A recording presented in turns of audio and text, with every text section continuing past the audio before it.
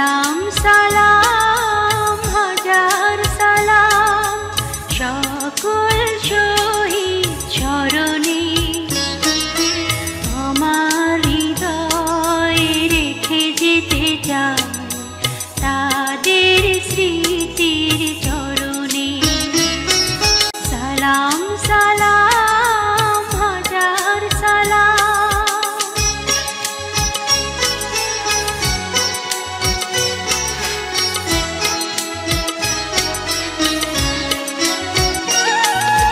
মায়ের ভাষায় কথা বলাতে, স্বাধীনতায় পথ চলাতে, হাসি মুখে যারা দিয়ে গেল প্রাণ, সেই স্মৃতি নিয়ে গেয়ে যায় গান তাদের বিজয় মরণে। আমি খন্দকার মোহাম্মদ শমীউদ্দিন, পিতা মরহুম খন্দকার মোহাম্মদ ইবনে আমিন, গ্রাম ডাকঘর পানিগ্রাম, বাঁশখালী, চট্টগ্রাম। পাকিস্তান সেনাবাহিনীর বিমান বিধ্বংসী গোলন্দাজ বাহিনীর রাডার অপারেটর অবস্থায় পাকিস্তানে যাওয়ার জন্য ঢাকাস্থ আইয়ুব লেন ট্রানজিট ক্যাম্পে অবস্থানরত 26শে মার্চ রাত্রে ওখান থেকে পালিয়ে চট্টগ্রাম চলে আসি। চট্টগ্রাম চলে এসে আমার বাড়ির নিকটতম মোক্তার আহমদ, ডাক্তার আবু ইউসুফ চৌধুরী সহ আমরা চট্টগ্রাম শহর থেকে বাঁশখালীতে গিয়ে হানাদারের বিরুদ্ধে প্রাথমিকভাবে প্রতিরোধ শুরু করি। ওই প্রতিরোধের অংশ হিসাবে এপ্রিল মাস এবং মার্চের শেষ ভাগের পরবর্তীতে পুরো এপ্রিল মাস আমরা বাঁশখালীতে পাঞ্জাবে পৌঁছে পুরো বাঁশখালী হিন্দুর বাড়ি এবং মুসলমানের বাড়ির মধ্যে যারা রাজনীতির সাথে সরাসরি সম্পর্কিত ছিল, মোক্তার আহমদ এবং আমার বাড়িও গুনাগুড়ি ক্যাম্পে পাঞ্জাবির ওখান থেকে গিয়ে তাদের সহযোগীদের দ্বারা বাড়িঘর পুড়ে ফেলছে। তো আমরা ওই অবস্থায় ওদেরকে প্রতিরোধের জন্য বিভিন্ন পদক্ষেপ গ্রহণ করি। যারা তাদেরকে সাহায্যকারী ছিল ওদেরকে রাত্রে আঘাত করে মেরে ফেলছি।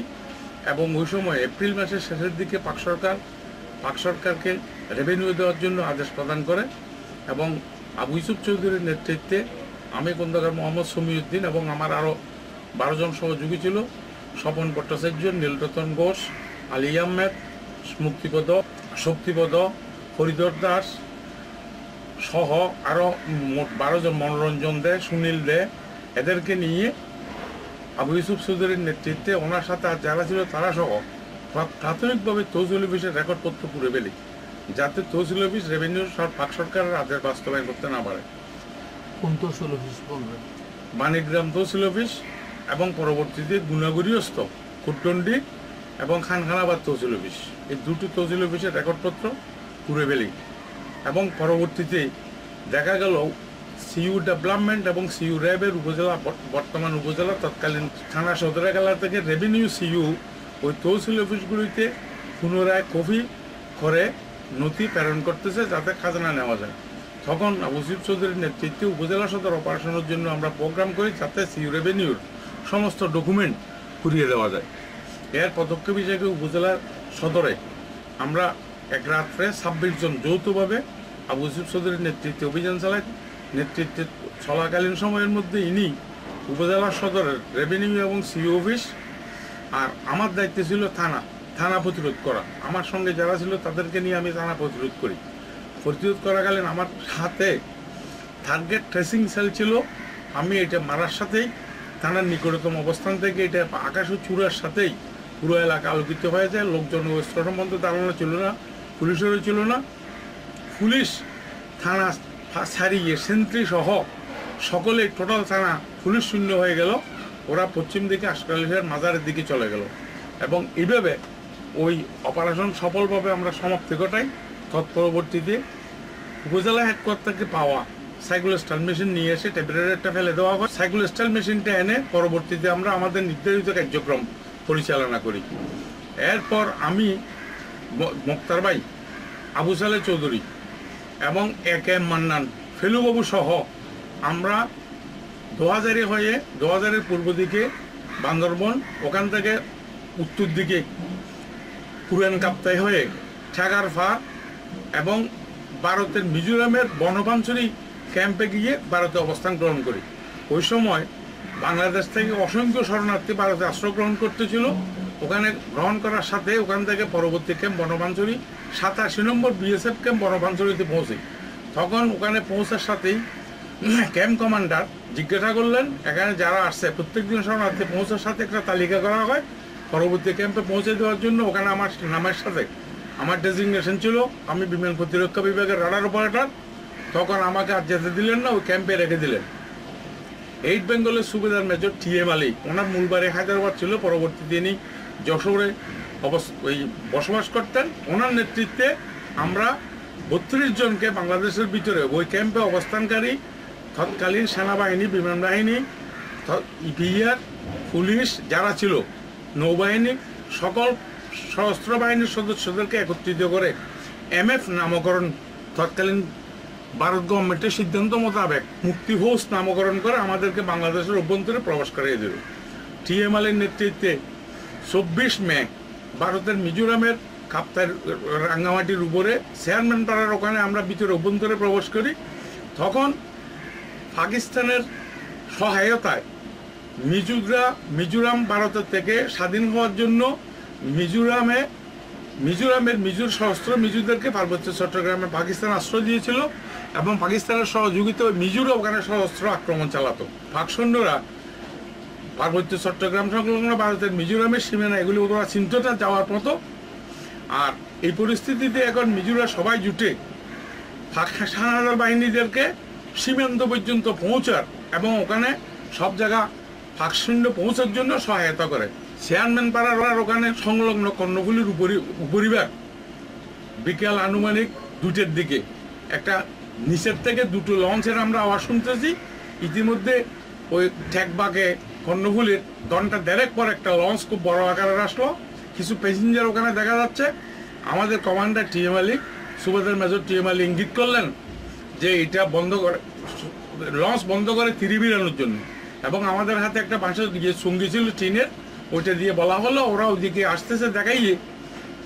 তখন কাছে বিড়ল, কাছে বিড়ের সাথে এরা ওই লঞ্চের ভিতরে কিছু প্যাসেঞ্জারই সোলের বস্তা ছিল, সোলের বস্তাগুলি লঞ্চের পাশে দিয়ে অতর্কিতে আমাদের উপর আক্রমণ চালায়। আমাদের 2 জন মুক্তিযোদ্ধা শহীদ হলেন। এই মের 24 তারিখ বিকেলের ঘটনা। তখন ওনার আদেশে আমরা সবাই অতর্কিতে ওই লঞ্চের উপরে ফায়ার করতেছিলাম। ফায়ার করার পর ওই লঞ্চ সামনের দিকে চলে গেল। 7 জন পাকখানাদার এবং তাদের সহযোগী মিজু নিহত হয়েছে, এটা আমরা পরবর্তীতে জানতে পেরেছি। এবং এখান থেকে পরদিন আমরা BSF 27 নম্বর BSF ক্যাম্পে পৌঁছি 25 তারিখ। এটা তৎকালীন স্বাধীন বাংলা বেতার থেকে প্রথম সশস্ত্র সম্মুখ যুদ্ধের খবর ওই বেতার থেকে এটা প্রচার করা হয়েছিল। এর পরবর্তীতে ওই ক্যাম্পে অবস্থানকারী সশস্ত্র ব্যক্তি যারা আগে পাকিস্তানের বিভিন্ন বিভাগে ছিল আমাদেরকে MF এ বিভক্ত করে তৎকালীন সংলগ্ন পার্বত্য চট্টগ্রাম এবং চট্টগ্রাম এলাকায় বিভক্ত করে পাঠাইয়ে দেয়। বাঁশখালীতে আমার নেতৃত্বে 14 জন ছিল, 14 জন নিয়ে আমি বাঁশখালী পৌঁছি। বাঁশখালী পৌঁছার পর ব্রান্তিয়াম সংলগ্ন পাহাড়ে, পূর্ব দিকে পাহাড়ে অবস্থান গ্রহণ করি। ওখান থেকে অবস্থান গ্রহণ করে এই সময় পাক সরকার আদেশ প্রদান করলেন যে সমস্ত লাইসেন্সধারী অস্ত্র আছে সবগুলি জমা দেওয়ার জন্য। আমার পানিগ্রাম সংলগ্ন পূর্ব দিকের ইউনিয়ন, উত্তর দিকের ইউনিয়ন এরা অস্ত্র জমা দিতে যাওয়ার সময় এম্বুশ করে সাধনপুর ইউনিয়নের লটমণি সোনার টেলিয়া নামক স্থানে এম্বুশ করে থাকি। তৎকালীন অবস্থায় বেবি ট্যাক্সি দিয়ে যাওয়ার টাইমে 5 জন 5টা বন্দুক নিয়ে যাইতেছিল, ওইটাকে আক্রমণ করে বন্দুকগুলি ছিনিয়ে নিই। গুণাগরিস্থ পাকখানাদারদের ক্যাম্প এবং এদের সহযোগী পানি উন্নয়ন বোর্ডের অবস্থানে ওখানে থাকতেন। ওখানে থাকা অবস্থায় ওরা বাঁশখালীর উত্তর দিকে প্রায় 15 কিলোমিটার, দক্ষিণ দিকে ওই গুণাগুড়ি থেকে দক্ষিণ দিকে প্রায় 22 কিলোমিটার জায়গা এরা এখান থেকে সব জায়গা কন্ট্রোল করত। এই অক্টোবরের 8 তারিখ রাত্রে, ভোর রাত্রে বাণীগ্রামে আমাদের অবস্থানের নিকটতম এলাকায় ওরা পৌঁছে গেছে, এটা আমরা জানতে পেরে উর্দুতে কথা বলতেছিল। কয়েকজন এসে বললো আমাদের সেন্ট্রি দৌড়ে গেল। তখন আমরা সবাই সামনের দিকে চলে গেলাম। যাওয়ার পর দেখতেছি যে উর্দুতে কথা বলতেছে এবং ওরা সশস্ত্র অবস্থা। তখন আমরা নিশ্চিত করলাম, আমরা পাহাড়ের আড়াল থেকে ওদেরকে গুলি করলাম এবং তারা ওই সময়ে বাঙালি যারা তাদের সহযোগী ছিল এদেরকে নিয়ে ওই গ্রাম থেকে যে ঢুকছিল 2-3টে বাড়ি নারী নির্যাতন করে, এবং নারী নির্যাতন করার পর যারা প্রথম পাঞ্জাবি ওখানে পৌঁছে যে সমস্ত দোসরেরা পুরো বাঁশখালীর হিন্দু এবং মুক্তিযোদ্ধা আওয়ামী লীগের নেতাদের গল্প ছিল, এদেরই পুনরায় সংগ্রহ করে এরা এইভাবে বিভিন্ন জায়গায় অভিযান চালাইতেছিল। বাণীগ্রামের সূর্যধর এবং হরিহর চৌধুরী ওনাদেরকে ধরে নিয়ে যায়। ফাল্টা গোলা আমরা গুলি চালানোর প্রেক্ষিতে ওরা আর অবস্থান গ্রহণ না করে ওখান থেকে পজিশন উড্র করে সামনের দিকে চলে যায়। এর পরবর্তীতে বাঁশখালীতে পাকখানাদারের বিরুদ্ধে যারা বিভিন্ন জায়গায় সরাসরি প্রতিরোধ করতেছিল, এরকম বিভিন্ন জায়গার থেকে দ্বিতীয় প্রায় 13 জন লোক লঞ্চে করে চট্টগ্রাম শহরে পুলিশি ব্যবস্থায় চালান দিতেছিল। ওই লঞ্চকে 1 নম্বর ফুকুরি ইউনিয়নের বরুমসরা গ্রামের কুন্যাফিরে নামক স্থানে লঞ্চকে আক্রমণ করে অক্টোবরের 28 তারিখ এদেরকে সব উদ্ধার করি। এরপরও আগে গুনাগুড়ি ক্যাম্পে যারা অবস্থান করছিল না পড়া গিয়ে করবারে পড়া ছাড়া, এরা অতর্কিতে বিভিন্ন জায়গায় আক্রমণ করে নারী নির্যাতনটা খুব বেশি করেছে। বিশেষ করে হিন্দু এলাকায় নারী নির্যাতন হয়েছে। ঠিক এই অবস্থায় গুনাগুড়ি ক্যাম্পের ফুলপুর দিকে থাল মোহাম্মদের দিকের ওখানে রাস্তাতে অত্যন্ত সরু, দুই পাশে পাহাড়ের উঁচু অবস্থান। তো আমরা এদেরকে চৌধুরীকে, যেখানে পানি উন্নয়ন বোর্ড গুনাগুড়ি যে বিল্ডিং ছিল ওইটাতে আক্রমণ করার মতো সামর্থ্য আমাদের ছিল না, অস্ত্রগুলো বারুদে আমাদের ওই রকম অবস্থা ছিল না। অবস্থা না থাকায় আমরা ওই সরু পাহাড়ের উঁচু জায়গায় অবস্থান নিয়েছিলাম। অক্টোবরের 29 তারিখ এরা এখান থেকে যাওয়ার সময় আমরা পাহাড়ের উপর থেকে আমাদের খুব সীমিত অস্ত্রের মধ্যে একটা গ্রেনেড সার্চ করছিলাম, এবং ফায়ারের উপর থেকে তৎকালীন অবস্থায় G3 এবং 303 দিয়ে আমরা আগে সংগৃহীত G3 ছিল একটা, আর 303 দিয়ে ফায়ার দিয়েছিলাম সরাসরি। ওরা যখন ফাল্টা ফায়ার দিতেছিল তখন আমরা ফায়ারের ভিতরে জঙ্গলের মধ্যে ব্যাক করে এসে আমরা অবস্থান পিছনের দিকে এসে গেছি। নভেম্বরের প্রথম সপ্তাহে সার্জন মহিউল আলম সহ আনোয়ারা থানা অপারেশন করা পরবর্তী সবাই আমার ওখানে লটখল টি গার্ডেন চন্দ্রপুর ওখানে টি গার্ডেনে অবস্থান গ্রহণ করে, এবং সার্জেন্ট মহিউল আলম সহ বাঁশখালীর হানাদার বাহিনীর অবস্থান এবং এদের দোসরদের অবস্থানগুলি অপারেশনের জন্য রাত্রে বসে আলোচনা হয়।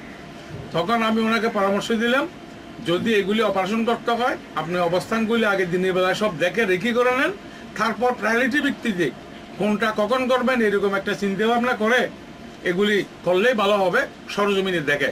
ইনি কিন্তু এটার উপরে তেমন গুরুত্ব দিলেন না। ইনি বলেন যে ওটা না, এখন নিকটতম এলাকায় কোথায় সবচেয়ে এখনই পাওয়া যাবে যেখানে গিয়ে অপারেশন করতে পারবো ওইরকম রাজাকার বা আলবদর রাইজের কোনো ক্যাম্প আছে কিনা ফাঁকখানাদারের বা তাদের দোষক। তখন গুনাগুড়ি মূল ফাঁকখানাদারের অবস্থানে না গিয়ে নিকটতম উত্তর দিকে সাধনপুর ইউনিয়ন পরিষদে অবস্থানরত 12 জন রাজাকার ছিল ওখানে, ওই ক্যাম্প আক্রমণ করার জন্য ইনি সিদ্ধান্ত নিয়ে নিলেন। আমি ওনাকে বললাম যে যেহেতু এটা পাহাড়ের টিলায় সংলগ্ন রাস্তা, আমার মনে হয় আজকে না করে কালকে দেখার পর করলে আপনি ভালো হবে। ওই অবস্থায় ইনি এটা মানলেন না, ওনার লোকজন নিলেন। আর আমার সাথে সমান ভট্টাচার্য, দুলাল চন্দ্র দে, সুনীল দে, আলী আহমেদ, শক্তিপদ শর্মা, মনোরঞ্জন দে, এদেরকে নিলেন। ইনি আমার এই 8 জন নিয়েছিলেন, আর আমার 8 জন সহ ছাড়া ইনি ওখান থেকে 14 জন সাথে নিলেন ওনার গ্রুপের। আমরা পাহাড়ের মধ্যে দিয়ে উঠে ওই অবস্থানে পৌঁছলাম। পাহাড়ের টিলের ওখানে পৌঁছার আগে সংলগ্ন রাস্তায় ইনি আমাকে বললেন যে আমার এখান থেকে 2 জন, তোমার 2 জন শোভন ভট্টাচার্য এবং দুলালকে আমাকে দিয়ে দাও। ইনি ওদেরকে নিয়ে ওনার গ্রুপের গুলি সহ ওই ইউনিয়ন পরিষদে অবস্থানরত রাজাকার ক্যাম্পে আক্রমণের জন্য পাহাড়ের টিলের উপর গেলেন। সংলগ্ন সাহেবেরাট 4 রাস্তার মুখে ওখানে 8 জন নিয়ে আমি অবস্থান গ্রহণ করি। আনুমানিক 15 মিনিট পরে, 15 থেকে 16 মিনিট পরেই ওখান থেকে দৌড়ে এসে দুলাল চন্দ্র দে আমাকে বললেন যে এই সার্জেন্ট মহিউল আলম গুলিবিদ্ধ হয়েছে। তখন আমি এখান থেকে পজিশন উইথড্র করে নেই, আমি নিজে চলে গেলাম। ওদেরকে বলি যে তোমরা এখানে থাকো। ওখানে গিয়ে দেখলাম যে ইনি ডেড বডি পড়ে রয়েছে। তখন ওখানে অবস্থানরত এদেরকে নির্দেশ প্রদান করলাম ওই ইউনিয়ন পরিষদের যে ভবনের সালের নিচ দিয়ে 45 ডিগ্রি অ্যাঙ্গেলে তোমরা গুলি ছাড়ো।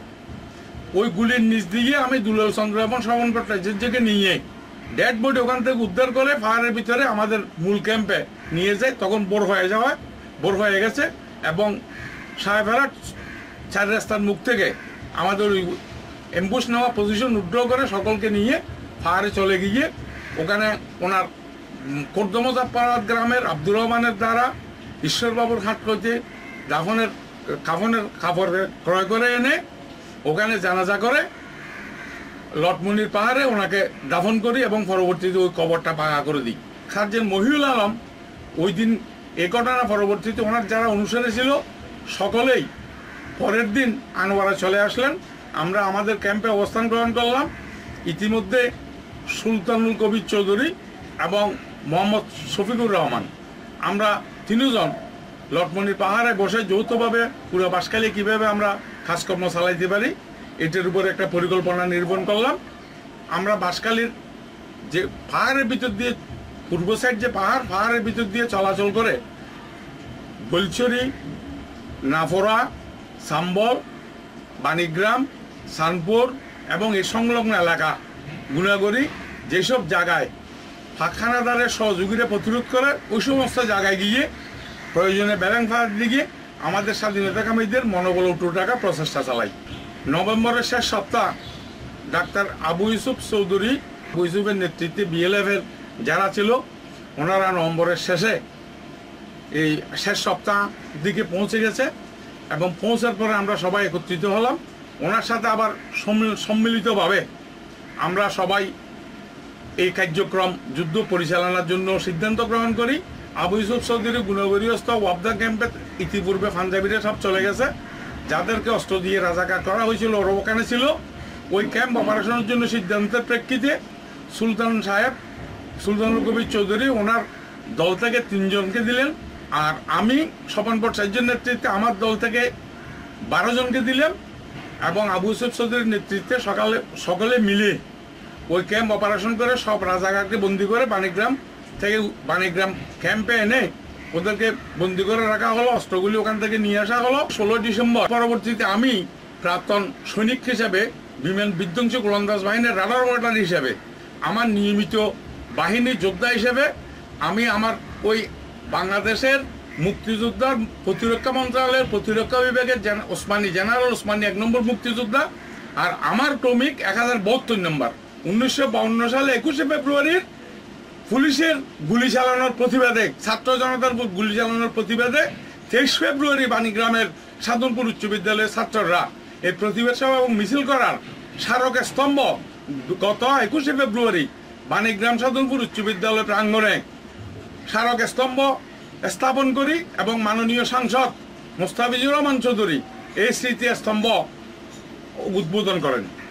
এই যুদ্ধকালীন সময়ের মধ্যে আমাদেরকে অনেকেই সহযোগিতা করছে, অনেক বন্ধু বান্ধব শহীদ হয়ে গেছে। আমি গত 16 ডিসেম্বর বিজয় দিবস গত 2014 সালের 16 ডিসেম্বর বাঁশখালীতে শহীদ মুক্তিযোদ্ধা যারা বাঁশখালীর মুক্তিযোদ্ধা বাইরে শহীদ হয়েছে এবং বাঁশখালীতে যেসব সশস্ত্র যুদ্ধে শহীদ হয়েছে ওদের নামসহ পাখানাদার বাহিনী কর্তৃক গুলি নিহত হয়েছে যারা শহীদ হয়েছে পুরা বাঁশখালীর সকলের একটা স্মৃতিস্তম্ভ বাণীগ্রামে নামফলক দিয়ে নির্মাণ করি।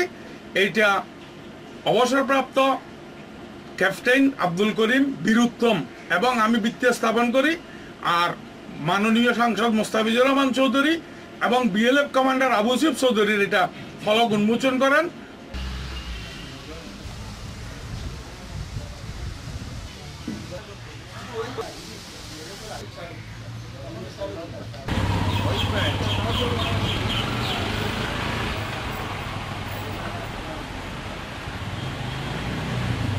মোহাম্মদ ইসাক ফিতেয়ান মৃত বদরুজ্জামান, গ্রাম গুনাগড়ি, ডাকঘর গুনাগড়ি, থানা বাঁশখালী, জেলা চট্টগ্রাম। 71 সাল অনুযায়ী মুক্তিযুদ্ধ জয়েন করি জলদি গুনাগড়ি তহসিল অফিস তার আবুল সাথে আসলাম দিয়া চকরিয়া ডাক্তার আবু ইউসুফ সাহেবের লোক অনেক ব্যাখ্যানত আছিল সব জায়গা তাদের